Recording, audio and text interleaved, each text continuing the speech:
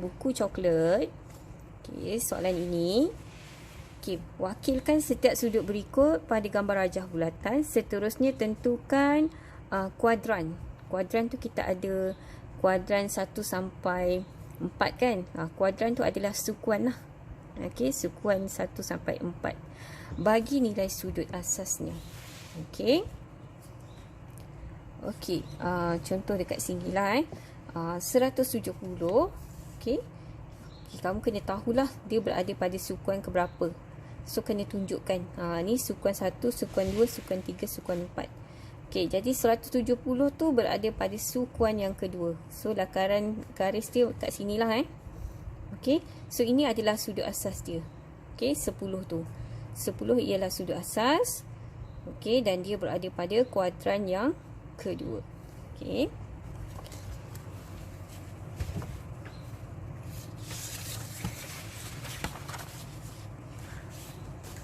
Okey, contoh soalan E. Cikgu pilih soalan E.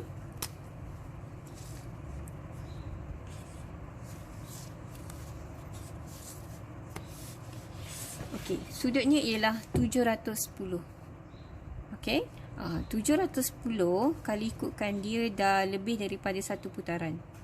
Okey, so kamu boleh buatlah 710 kamu tolakkan dulu dengan 360. Okey, so kamu akan dapat 350 kan. So 350 darjah ni berada pada sukuan yang ke. So kita anggarkan. So dia stop sampai sinilah 350 tu. Okey, so berada pada sukuan yang ke-4. Okey, so macam mana nak tahu dia punya asas?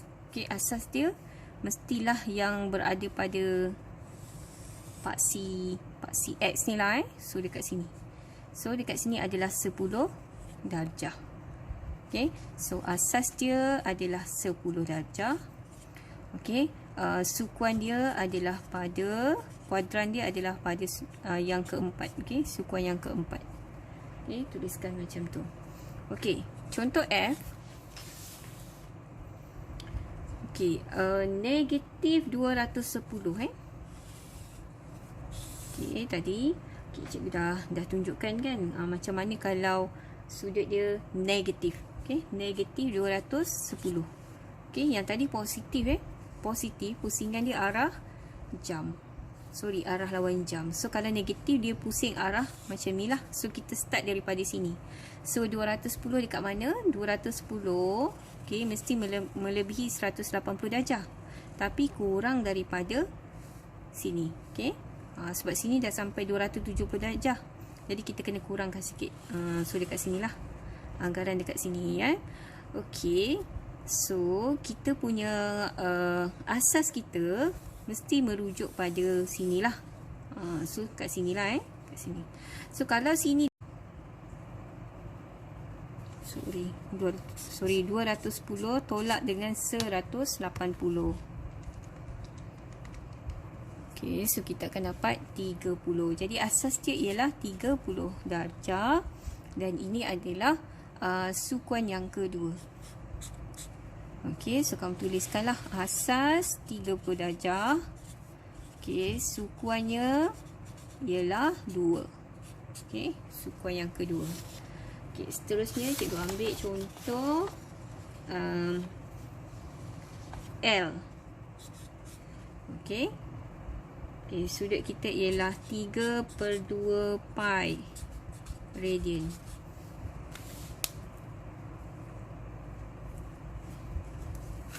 So 3/2 pi radian. Okey, kamu tukarkan kepada darjah. Okey, so macam mana cara nak tukarkan kepada darjah? Okey, pastikan mode kita berada pada darjah lah. Kalau jawapan kita nak dalam darjah. Okey. Okey, lepas tu kita masukkan 3/2 pi. Okey, kamu boleh tulis 3 pi. Okey, 3 pi. Okey, perkan dengan 2. Okey, so kamu dapat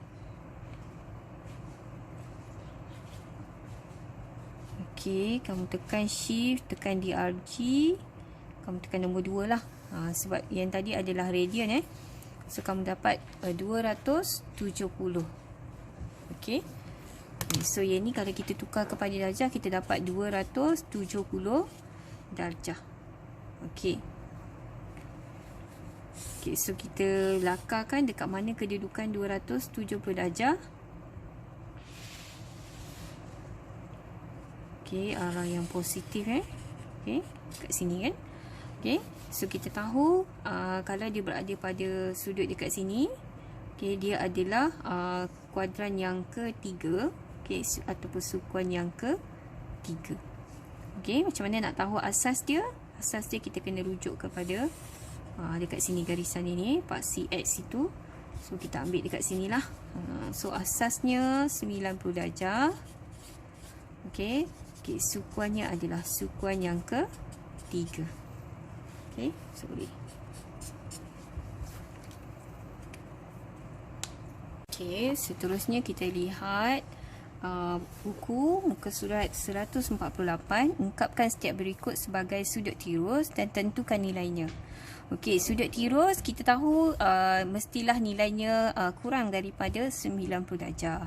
Okey, contohnya sin 140 darjah. Jadi kita perlu tahu sudut asas dia lah. So sudut asas dia akan jadi 40 darjah. Okey, daripada gambar rajah yang dilukis ni. Okey, so kita tuliskan sin 140 darjah bersamaan dengan 40 darjah. Okey, so kita akan dapat 0.6428. Okey. Okey, untuk menjawab soalan tangent pula.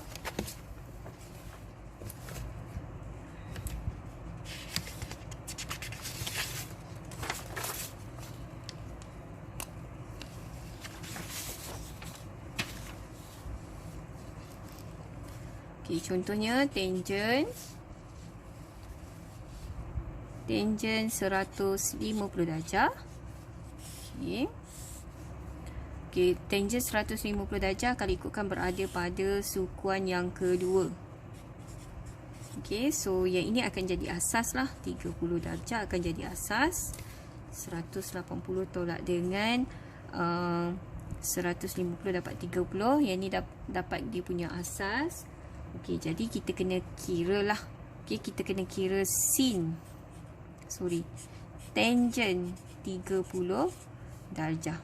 Okey. So kita ambil kalkulator. So kita just tekan tangent 30 darjah. Okey. Pastikan mode kita degree sebab 30 darjah tu cikgu gunakan degree. Jadi mode kena degree. Kalau radian kamu kena tukar kepada degree lah. Atau kamu boleh reset semula.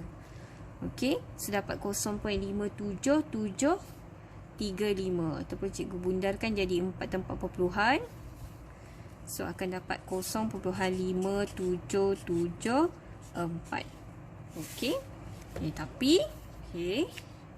kamu kena beri jawapan negatif. Kenapa? Sebab kita punya sudut berada pada sukuan yang kedua. Okey, jadi kita tahu tangent dia positif dekat sukuan ketiga. Sukuan kedua dia negatif. Jadi kena beri jawapan negatif macam tu. Negatif 0.5774.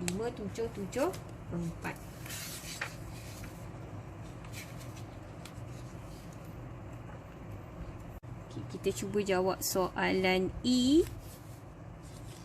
Okay, iaitu tangent negatif 700 darjah. Okay, so kita lukiskan. Okay, kat mana 700 berada?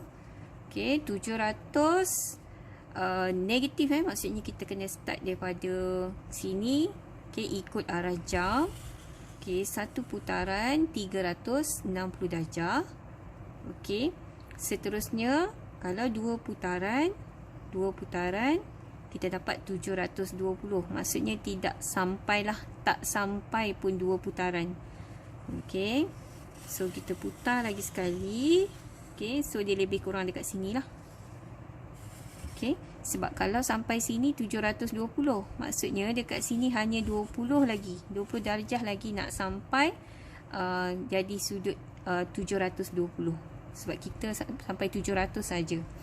Okey, so kalau ikut kat sini dia berada pada sukuan yang pertama. Okey, sukuan yang pertama. Jadi kita hanya perlu cari tangen 20 sahaja. Tangen 20. So kita just tekan tangen 20. Kita dapat 0.36 397.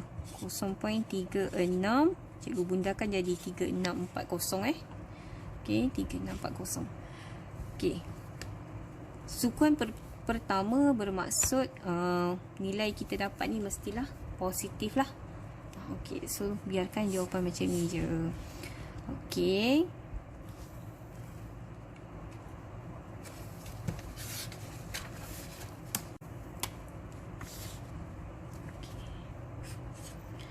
Okey, diberi cos 63 darjah bersamaan dengan K, yang mana K lebih besar daripada kosong.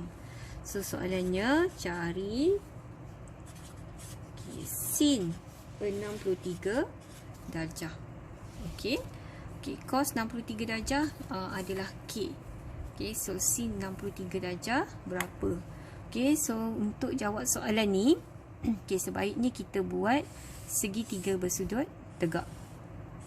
Okey, cos 63, katakan sudut 63 nya berada di sini. Okey, K bermaksud K per 1.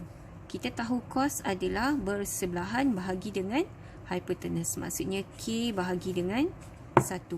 So, bersebelahan K, hypotenuse-nya ialah 1. Bila kita tahu yang ni adalah 1, jadi kita boleh cari bertentangan nilai dekat sini. So, kita hanya buat 1 kuasa 2 tolak K kuasa 2 punca kuasa 2. Ataupun kita just buat 1 tolak K kuasa 2. Okey, ini kita ambil yang ni lah. Okey, sekarang kita nak jawab sin 63. Okey, so kalau daripada sini sin 63, sin ialah bertentangan bahagi dengan hypotenuse. So, bertentangan dia ialah 1 tolak K kuasa 2 punca kuasa 2 per 1. So, ini je lah jawapannya. Okey, untuk soalan B. Okey, sin 27 darjah. Okey, kalau kamu perhatikan, sin 20 darjah, kalau dekat gambar rajah yang sama, dia berada di sini. Okey. Tahu sebab 63 campur 27 dia akan dapat 90. So complete lah segitiga 180 darjah. Okey, so kalau kita nak jawab soalan ni sin 27 darjah, kita rujuk sudut dekat sini. Bertentangannya ialah yang ini, K. Okey, hypotenuse dia ialah 1. So K per 1 ataupun terus tulis jawapannya K. Okey, seterusnya soalan C adalah cosecant. Okey, cosecant 27 darjah. Okey, so cosecant tak ada, kita tak boleh buat kat sini. Tapi kita kena tukar dulu cosecant menjadi 1 per sin 27 darjah. Okey, sin 27 darjah kita dah kira dah tadi. So maksudnya dia akan jadi 1 per K. 1 per sin akan jadi 1 per K. Okey.